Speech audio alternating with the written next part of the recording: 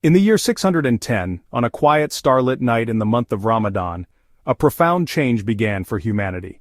Muhammad, a thoughtful and respected merchant from Mecca, had retreated to the solitude of a small cave on Mount Hira, a rocky peak just outside the bustling city.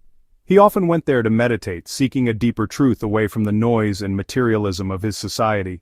It was in this stark and lonely place that he experienced something that would alter the course of history forever. He was not seeking power or fame, he was simply a man searching for meaning in a world that seemed to have lost its spiritual compass, a world filled with idols and injustice.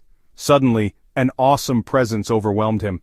It was the angel Gabriel who came to him with a message from the Creator. Muhammad was terrified. The experience was intense and physical, shaking him to his very core. The angel held him and commanded him with a single powerful word, Iqra, which means recite or read. Muhammad, who was unlettered and could not read or write, was confused and shaken. He replied honestly, "I am not a reader." The angel repeated the command, embracing him tightly until he felt he could not breathe, and again demanded, "Recite!" This happened 3 times, each command more insistent than the last. Finally, after the third powerful command, the words of the divine message began to flow from Muhammad's lips. These were the first 5 verses of what would become the 96th chapter of the Quran, Surah Al-Alaq. The message was not about laws or rituals at first. Instead, it was a call to knowledge, an invitation to understand the world and our place within it through the act of reading and reciting in the name of God. The revelation began with an action verb, a direct instruction to engage with the divine word and to learn, marking the very foundation of the Islamic faith as one rooted in intellectual and spiritual seeking. This first encounter was the beginning of Muhammad's prophetic mission. It was a deeply personal and transformative event that sent him down the mountain, trembling and seeking comfort from his wife Khadijah. The message was clear and direct: recite in the name of your Lord who created. It immediately established a connection between the act of learning and the recognition of God as the ultimate source of all creation. This powerful opening set the tone for the entire Quranic revelation, emphasizing that faith is not blind but is meant to be understood, reflected upon, and shared through knowledge. The opening verses of Surah Al-Alaq continue to unfold a deep and layered message about our origins and our purpose. The second verse states that God created man from a clinging clot, alaq. This scientific and poetic description of the human embryo is remarkable. It points to our very humble biological beginnings, a tiny, fragile organism dependent on its mother's womb for survival. This imagery serves as a powerful reminder of our vulnerability. We are not self-made beings who came from nowhere. Instead, we started as something small and seemingly insignificant, entirely reliant on our Creator's plan for our development and existence. This understanding of our creation from a clinging clot is meant to instill a profound sense of humility within us. In a world where people often boast about their strength, wealth, or lineage, the Quran brings us back to our shared, humble origin. It teaches us that no matter what we achieve in life, we must never forget where we came from. This humility is the essential starting point for true learning. When we recognize our own limitations and our dependence on God, we open our hearts and minds to receive knowledge, guidance, and wisdom. Arrogance closes the door to learning, but humility keeps it wide open for us. The surah then shifts its focus to the instrument of knowledge itself, stating that God is the most generous, who taught by the pen. The pen is a symbol of all forms of learning, from reading and writing to science, art, and history. It represents the preservation and transmission of knowledge across generations. By highlighting the pen, Allah shows us that He is the ultimate teacher, and that the knowledge we acquire is a gift from His generosity. This elevates the pursuit of knowledge to an act of worship. To learn, to study, and to share wisdom is to honor the gift that God has given to humanity. This divine emphasis on education was revolutionary. In a society where only a few were literate, the first divine command was to recite. It placed the responsibility of seeking knowledge on every individual. The message was that faith and reason are not enemies. They are partners.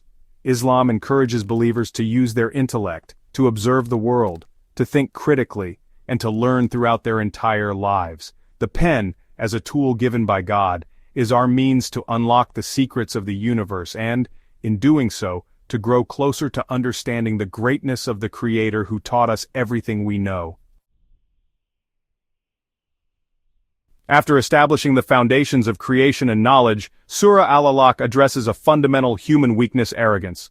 The surah warns indeed mankind transgresses because he sees himself as self-sufficient.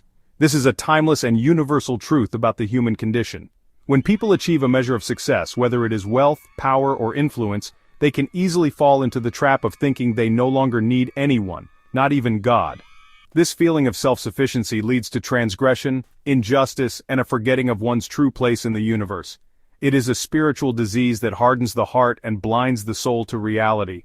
This warning is not just an abstract concept, it was a direct commentary on the attitudes prevalent in Meccan society at the time.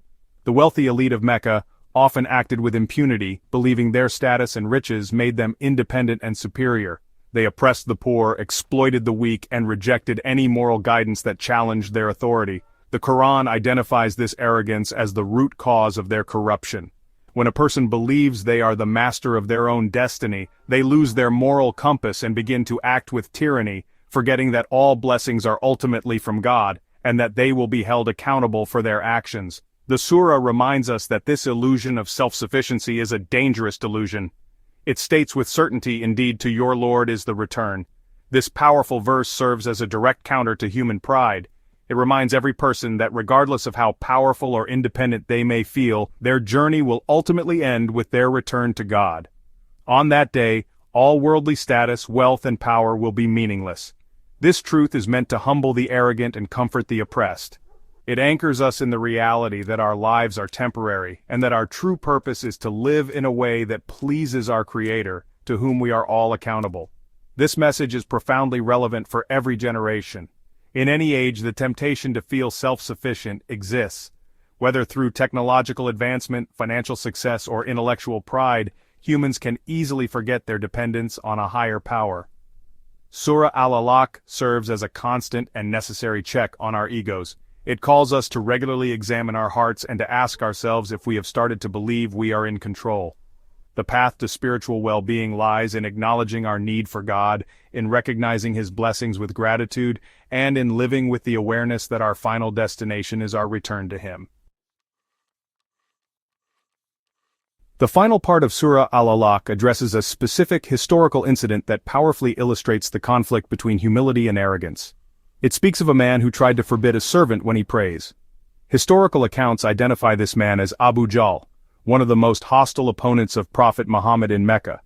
Abu Jahl, whose name ironically means father of ignorance, saw the Prophet's public prayers as a challenge to the established order and his own authority. He threatened Muhammad and tried to physically stop him from prostrating at the Kaaba, the sacred house of worship.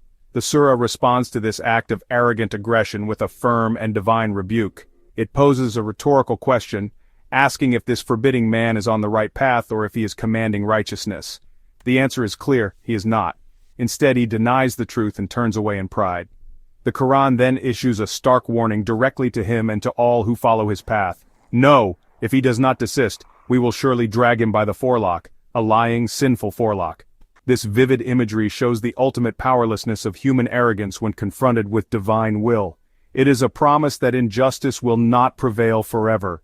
In the face of such opposition, the surah gives Prophet Muhammad and all believers a clear instruction. It commands, "No, do not obey him." This is a call to remain steadfast in one's faith and worship, regardless of the threats or ridicule from those who are arrogant.